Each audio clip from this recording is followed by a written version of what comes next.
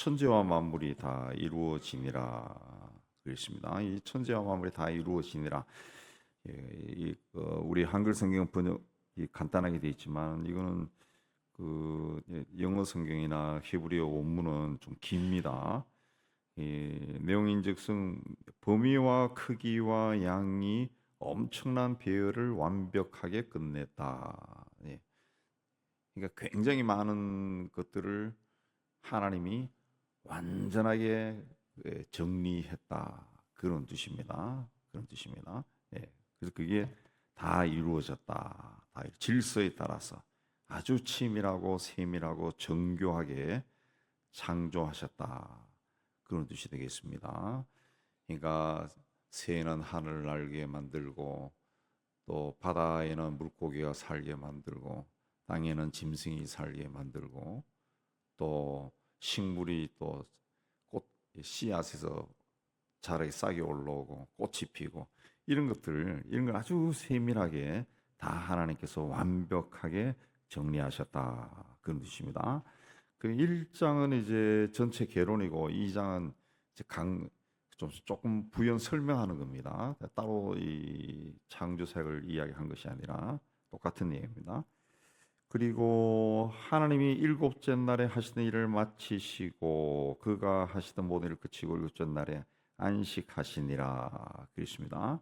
그러니까 하나님이 창조하신 날이 6일이 아니고 하나님의 창조 사역은 7일 동안 하신 겁니다. 7일입니다. 물론 구체적으로 6일 동안 이것저것 만드셨지만은 일곱째 날, 그 쉬는 날까지 창조 사역에 포함되는 겁니다. 그래서 그가 하시던 일을 일곱째 날에 마치시니 그가 하시던 모든 일을 그치고 일곱째 날에 안식하시니라 하면서 그 일곱째 날을 복되게 하사 그랬습니다. 그러나 7까지 포함해야 완전해지는 거예요. 그래서 7이라는 숫자가 완전 숫자죠. 성경에서는. 자, 하나님이 하신 일을 다 그치고 일곱째 날에 안식하셨다. 안식하셨다라는 것은 사역을 다 끝냈다는 겁니다. 사역을 다 끝냈다. 그래서 그 날을 복되게 했다는 거죠. 그래서 안식일은 뭐냐? 하나님의 창조 사역을 기념하는 날이죠. 기념하렴. 그래서 우리가 안식이라는 것은 하나님의 창조가 끝난 날이. 그 날은 복된 날이다죠. 복된 날 그렇습니다. 하나님의 은혜가 충만한 날입니다. 바라크라고 하는 히브리어는 하나님의 은혜가 충만하다. 사람에게 번영과 축복을 주는 날 그리 되어 있습니다. 출애굽기 20장 8절에 안식일을 어떻게 지내느냐 나오는데 엿새 동안은 힘써 모든 일을 행할 것이나 일곱째 날은 내 하나님 여호와의 안식일이다. 안식일은 하나님의 안식이라는 거죠. 하나님의 안식일. 그래서 일곱째 날을 복되게 하시고 그날에 안식하셨다. 그러니까 일곱째 날은 하나님의 안식이에요. 하나님이 쉬는 날입니다. 하나님이 쉬는 날. 그래서 그날은 내 아들과 딸이나 남종, 여종, 가축이나 문 안에 머무는 객이라도 아무 일을 하지 말라. 이는 엿새 동안 나 여호와가 하늘과 땅과 바다와 모든 것을 만들고 일곱째 날 쉬었다. 그랬습니다. 그래서 그 안식일을 복되게 해서 거룩하게 했다. 안식일은 하나님이 복되게 해서 거룩하게 구별하신 날. 그렇기 때문에 억지로라도 지켜야 되는 날, 강제적으로 지켜야 되는 날입니다. 그래서 그 날을 지키는 자는 짐승이나 나그네나 종이나 모든 사람을 복이 되게 했다. 복이 되게 했다. 그래, 안식일을 지키는 것은 복이라는 거죠. 복이다. 이 구약에서의 그 안식일은 이제 하나의 율법이죠. 율법인데 이제 신약에서 그리스도가 오심으로 이제 율법이 끝난 완성이 되는 거죠. 그래서 이 안식일의 정신이 신약의 주일로 이어집니다.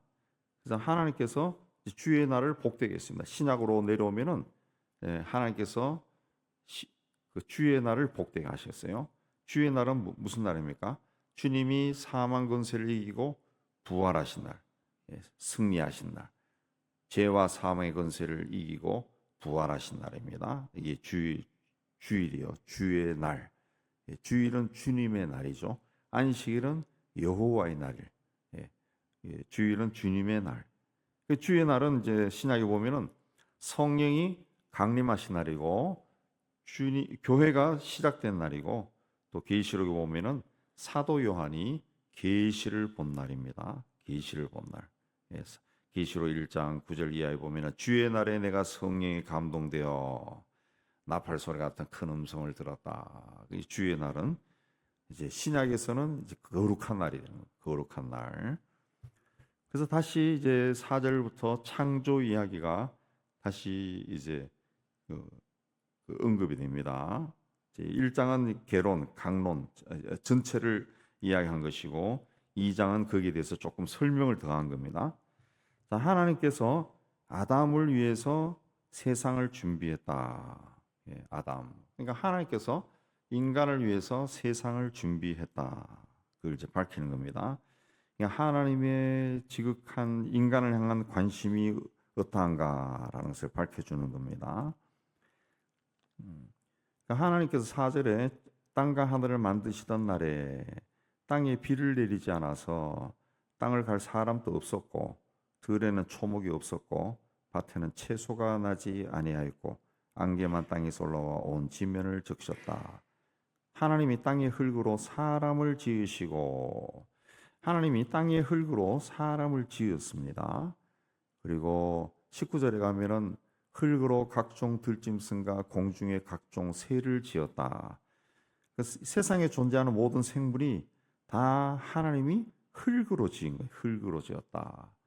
그래서 이 인간이 죄를 지었을 때 너는 흙이니 흙으로 돌아가라. 그랬습니다. 그래서 우리가 이제 사람이 죽으면 돌아가셨습니다. 돌아가셨습니다. 그렇게 할 때 돌아갔다는 것은 천국으로 돌아가는 게 아니라 흙으로 돌아가는, 흙으로 돌아가는, 흙으로. 그래서 개인적인 생각이지만 요즘은 사람들이 죽으면 화장해서 낙골당에 그 안치를 많이 하는데 그게 별로 좋은 것 같지 않아요. 사람이 썩지 않는 거 아니에요. 어쨌든 유골이 썩지 않는 거예요. 흙으로 돌아가지 않는 거예요. 흙으로 돌아가지 않는. 우리는 그렇게 해놓으면은 사진도 놓고 해서 기념이 되고 참 여러 가지로 좋은 점도 있지만은 낙골당하는 어디까지나 인간적인 생각인 것 같아요. 사람은 흙으로 돌아가요. 흙으로 돌아가야 돼. 흙으로 돌아가요. 옛날에 그 명당이라 하는 장소 뭐 여러분 아시는 대로 명당이 어떤 장소입니까? 사람을 매장했을 때 관이고 그 사람이고 간에 완전히 썩어버리는 것. 세월이 흘러가면 완전히 썩어버리는 것이 명당이라 그래. 그 이장할 때 보면 아무것도 없어요. 그럼 그게 명당이라고 그렇게 합니다. 흙이 너무 좋은 거예요. 흙이 너무 좋아서 시신이 완전히 흙과 하나가 되어버린. 그렇게 그 뭐 묻은 지 10년, 20년 됐을 때도 완전히 그렇게 썩어버리는 것이 있더라고요. 그게 명당이라 그러더라고요. 그게 그냥 이게 인류사에서 내려오는 그런 한쪽 기퉁에서도 명당은 흙으로 완전히 돌아가는 거예요. 성경에서도 흙으로 돌아가라. 흙에서 만들었다. 그렇습니다. 흙에서 만들었다. 그렇습니다. 근데 사람이 흙으로서 만들어서 생기는 생명의 기운입니다. 생명의 기운을 코에 불어줘 넣었다. 그러니까 사람이 생명, 살아있는 영적인 존재가 되었다. 이거는 이제 사람만이 가지고 있는 거죠. 사람만이 가지고 있습니다. 동물은 생영이 없습니다. 영이 어제도 말씀드렸지만 동물은 혼만 가지고 있어요. 혼적인 존재야. 영육 혼이 있으면은 동물은 육과 혼만 가지고 있는 거예요. 혼만 가지고. 혼이 뭐냐 하면은 쉽게 얘기하면은 본능입니다. 본능. 그러니까 우리 강아지는 IQ도 좋고 나하고 교감이 되고 내가 눈짓만 해도 다 알아듣고 그건 본능이에요. 본능이 아주 발달되는 거죠. 본능이 아주 발달되어서 눈치도 잘 보고 어떨 때는 강아지가 사람 가만 보면 사람 같아 보여요. 양들도 가만 보면 사람 같고 옛날에 어렸을 때 집에 키우던 소도 가만 보면은 그 표정이 꼭 사람 같아요. 사람 같아요. 그 본능이죠. 그 소를 이제 판다든가 또 소를 이제 도살을 한다든가 뭐 이렇게 하면 소가 눈물을 흘린다고. 눈물이 흘린다. 그렁그렁 한다. 그게 본능이죠. 본능입니다. 그 생명을 가진 거는 사람이라는 거죠. 사람. 네. 그래서 인간으로 하여금 세상을 다스리게 하는 거예요. 하나님께서 동방의 에덴에 동산을 창설하시고 그 지으신 사람을 거기 두시니라 그랬습니다. 하나님은 아담을 창조하신 후에 그냥 땅 위에 네 살아라 그렇게 하지 않았습니다. 5절에 보면은 땅에는 아직 초목이나 채소가 나지 않았다 그랬습니다. 예. 그래서 하나님이 사람이 살 수 있도록 마치 강보를 준비하듯이 에덴 동산을 준비한 겁니다. 사람을 먼저 지으시고 에덴 동산을 만든 거예요. 에덴 동산을 지구상에 가장 좋은 곳에 에덴 동산을 만들고 거기에 이제 나무를 심은 거죠. 사람을 먼저 지으고 거기에 이제 나무를 심고 꽃을 심고 다 이제 하나님이 만들어 준 겁니다. 만들어 준 물이 흐르고 그래서 비가 오지 않았지만은 강을 이룰 정도로 물이 흘러가는 곳이다. 그랬습니다. 아직 비가 오지 않았어요. 근데도 강으로 물이 흘러왔다.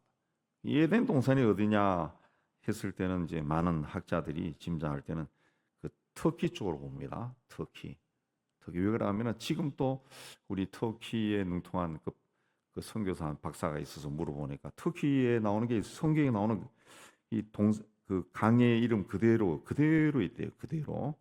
예. 아라라산도 노아의 방주가 걸쳐있던 아라라산도 그대로 있고, 근데 그 땅에는 지금 못 들어갑니다. 여러 가지 군사 시설이나 여러 등등이 있어서 못 들어가는데 그것조차도 하나님이 아마 지키는 것 같아요. 언젠가 때가 되면 또 들어갈 수도 있겠죠. 예. 지키는 것 같아요. 하나님 어떤 비밀. 모세의 시내산 또 우리가 성지 가서 올라가는 곳은 그 성경에 나오는 진짜 시내산이 아니고 그 콘스탄틴의 어머니 헬레나 대제가 황후가 이게 시내산이다. 그래가지고 시내산이 된 거라 그러죠. 진짜 시내산은 사우디아라비아에 있는데 거기 탐험한 사람의 기록에 가면 거기가 시커멓대요. 정상이 시커멓대. 하나님의 불이 내려와서 율법을 새겼다 할 정도로 시커멓고 그런 흔적들이 이게 진짜 시내산이구나 알 수 있다죠. 홍해도 지금 그쪽 홍해가 아니라 시나이 반도가 이렇게 V자로 갈라졌죠. 왼쪽이 아니라 오른쪽이라고 하는 학설이 유력합니다. 그쪽을 건너갔다는 거죠. 그쪽으로 해서 사우디로 건너가서 위로 쭉 올라갔다는 거죠.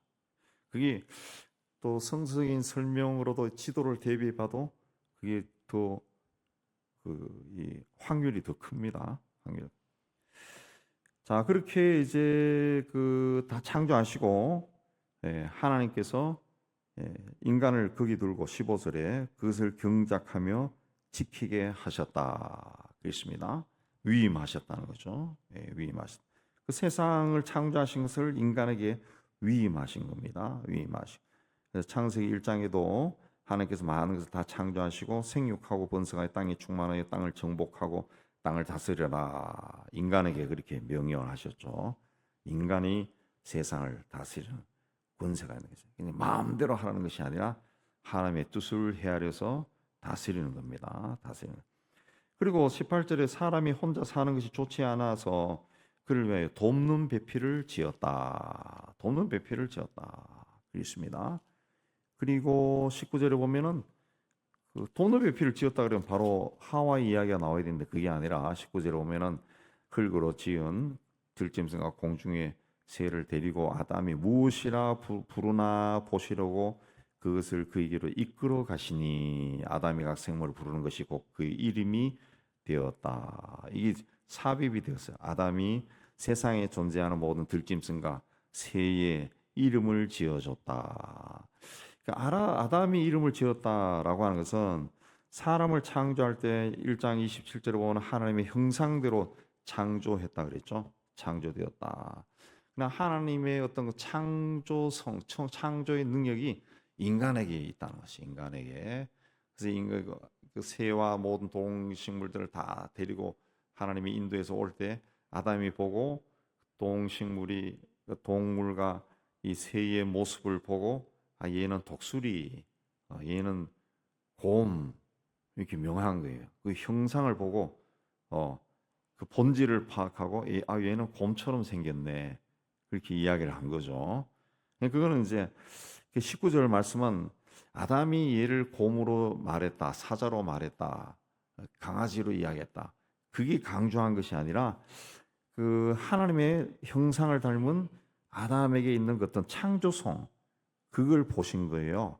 그래서 무엇이라고 부르나 보시려고 그걸 이끌어 가셨다는 거죠. 하나님이 인간을 창조하고 이게 창조한 것이 내 뜻대로 되었는가, 온전해졌는가, 어떻게 기능이 나타날까, 그 보시기 위해서 새와 짐승들을 아담에게 데려가서 이름을 짓는 걸 본 거죠. 하나님의 창조성을 그 인간에게는 그 하나님의 창조성이 있는 거예요. 창조성. 그래서 인류 역사가 이렇게 발전한 것은 인간이 가진 그 창조성 때문에, 창조의 능력 때문에 그런 겁니다. 근데 아담은 이 동물들에게서 자기와 같은 것을 발견을 못 합니다. 그러니까 동물과 인간이 얼마나 다른가라는 것을 또한 하나님이 아마 가르쳐 주신 것 같아요. 그 이름을. 그래서 20절에 보면은 아담이 모든 가축과 공중의 새와 들의 모든 짐승에게 이름을 주니라. 그리고 이어서 아담이 돕는 배필이 없다. 그 짐승에게서는 어떤 일치감을 못 느낀다는 거죠. 인간이 태초부터 지금까지 짐승하고는 하나가 되는 그런 게 없어요. 그냥 본능, 혼적인 능력으로 서로 교감할 뿐이지. 본질적으로 다르다는 거예요. 짐승과 인간은 다르다는 거예요. 그걸 하나님께서 아담에게도 가르쳐 주신 거예요. 그냥 짐승이나 새는 하나님 1장에서 말씀하신 것처럼 다스리고 정복할 대상이라고 해요. 다스리고 정복할 대상이다. 그랬어요. 짐승은 다르다. 그랬습니다. 그래서 하나님이 아담을 깊이 잠들게 하시고 그 갈빗대 하나를 취하고 살로 대신 채우시고 그 갈빗대로 여자를 만들었다. 그래서 이 말씀을 가지고 옛날 청년 시절, 어린 시절에 막 퀴즈도 나오고 그랬죠. 퀴즈. 남자의 갈빗대가 몇 개냐, 여자는 그럼 한 개가 적냐, 많냐, 똑같냐 하고 하면 사람들이 다 헷갈려가지고 여자가 한 개가 적다. 근데 적은 것 같아요? 똑같죠? 똑같습니다. 하와 아담만 한 개가 적은 거지. 하와보다. 모든 인류는 그 이후에 남자의 갈빗대로 여자를 만들어서 해서 남자가 여자보다 갈빗대 하나가 적은 게 아니라는 거죠. 똑같다는 거예요. 한번 이렇게 세어 보세요. 똑같다. 그래서 아담이 그 여자를 보고 남자에게서 취하였은즉 여자라 부르리라 그랬습니다. 여자라 부르리라. 그 남자에게서 취하였다. 남자로 하는 그 히브리어가 이시입니다. 이시예요. 이시. 그 여자는 그 이시에다가 전미사 아를 추가한 겁니다. 이시야. 그래서 이시에 전미사 아를 붙인 거예요. 이샤. 여자는 남자에게서 나온 거예요. 전미사가 붙은 거예요. 남자 영화 배우를 액터라 합니다. 액터. 여자 배우는 RESS 여성을 뜻하는 그 전멸을 붙여서 액트리스가 되죠. 이건 이제 하와가 곧 나 자신이라는 뜻입니다. 남자가 봤을 때 하와는 여자가 내 자신이다. 그래서 내 뼈 중에 뼈요, 살 중에 살이다. 아담이 그렇게 하나님이 만든 사람을 보고 이건 내 뼈 중에 뼈고 내 살 중에 살이구나. 그래서 남자에게서 취하였은즉 여자라 부르리라 그랬습니다. 여자가 되는 거예요. 여자가. 그리고 이제 남자가 부모를 떠나 아내와 합하여 둘이 한 몸을 이룰지니라. 아담과 그 아내 두 사람이 벌거벗었으나 부끄러워하지 않았다. 벌거벗었으나 부끄러워하지 않았다. 그 아담과 아내가 이거는 그 일체감이 하나가 되었다는 거죠. 하나가 되었다. 성적인 표현이 아니고 그 19절에서는 이제 하나님이 들짐승과 새를 데리고 다 왔지만은 아담이 거기서 일체감을 못 느낀 거예요. 이 짐승과 나는 하나다. 그걸 못 느낀 거예요. 그러나 그 자기 몸에서 갈빗대로 여자를 만들어서 데리고 왔을 때는 이건 내 몸에서 나간 거구나. 그래서 일체감을 느낀 거죠. 일체감을 느낀 거예요. 그래서 그게 부끄러워하지 않았다라는 것은 일체감을 느낀다 그런 뜻이죠. 달리하면은 남자나 여자나 여자나 남자나 봤을 때 서로가 우리는 인간이구나 그걸 이제 동시에 가진다는 거죠. 어떤 그 남녀로 구분해 참 조금 생각해 보면은 그 남녀로 구분한다는 것도 굉장히 희한하잖아요. 희한하대. 세상에 태어나는데 내가 태어났는데 나는 남자야, 난 여자야. 남자로서 평생 살고 여자로서 평생 살아요. 다른 성이 없어요. 중성도 없고 아무것도 없어요. 남자와 여자밖에 없어요. 남자 여자밖에. 그러나 남자와 여자가 서로를 바라볼 때 우리는 사람이구나. 우리 인간이구나. 그렇게 느끼지. 거기서 또 다른 느낌을 가지지는 않는다. 하나님이 그렇게 하신 거죠. 그걸 이해하는 겁니다. 그걸 이해하는. 하나님은 그 인간을 지으시고 인간에게 하나님이 지은 세상을 다 다스리게 하셨다는 거죠. 이름을 지어준 것 자체도 하나님이 당신께서 이 인간을 지었는데 이 인간이 온전하게 지어졌는가 그걸 한번 보신 것 같아요. 19절에 하나님 형상대로. 그래서 인간에게만 창조성이 있는 거죠. 하나님의 인간에게만 창조성이 있습니다. 그러니까 모든 그 경제학이나 뭐 사회학이나 뭐 과학이나 뭐 심지어는 신학같이도 그 학문의 발전을 이루기 위해서는 또 그걸 현실에 적용시켜서 발전시키기 위해서 가장 필요한 것이 뭐냐 하면은 항상 그 창조가 들어가요. 창조성이 뭡니까? 이전에 없었던 걸 생각해내는 거예요. 생각해내는 거. 그게 있으면은 이게 학문이나 또 사회나 국가가 한 단계 업그레이드 돼가지고 발전하는 겁니다.